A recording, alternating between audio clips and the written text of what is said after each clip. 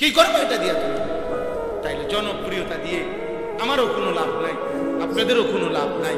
ঈমান আমলের ভিত্তিতে সেজদা করলে, গোলামি করলে, একটা একটা গুনাহ ছেড়ে দিলে, একটি একটি দিন পালন করলে আমারও লাভ, আপনাদেরও লাভ, বক্তারও লাভ, শ্রোতারও লাভ, ইমামেরও লাভ, মুসল্লিরও লাভ, খতিবেরও লাভ, মুসল্লিদেরও লাভ, সকলেরই ফায়দা।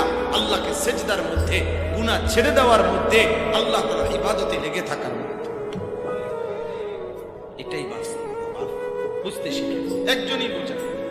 আমি অনেক মানুষ দিয়ে করবো কি, আমি তো উঠে দাঁড়াইছি না, আমি তো নির্বাচনে প্রার্থী না, বাবা আমার কোনো মার্কা নাই, কোনো দল নাই, আমি তো ভোটে দাঁড়াইছি না, এমনি আসছি আল্লাহর কথা বলার জন্য।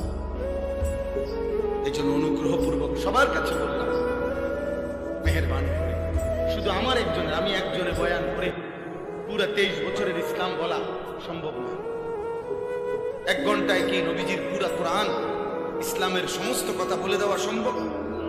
শুধু অনুভূতি জাগানো, বিবেক জাগানো, ফিকির জাগাইতে চাইলাম। এই জন্য আমার প্রথম কথাই, ছেলেরা, বাবারা, নওজোয়ান সাথে ইনসাফের সাথে ভাই, আল্লাহর সামনে তুমি কি বলবে?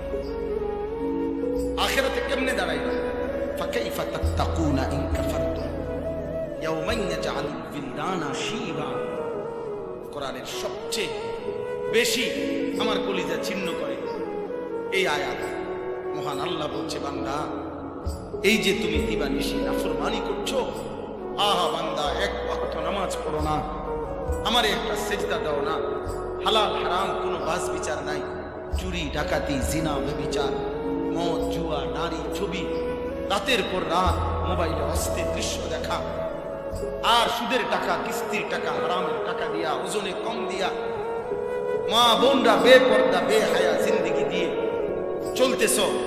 মহান আল্লাহ বলে, বান্দা ফাকাইফা তাত্তাকুনা ইন কাফারতুম, আরে আমার বান্দাই যে নাফরমানি করছো, সেই আখিরাতের দিন, সেই হাসরের দিন বান্দা কেমনে বাঁচবা?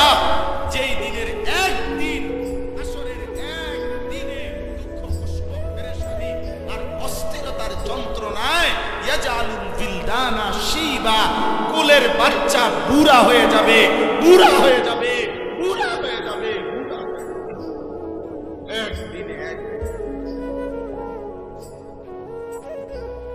একদিনে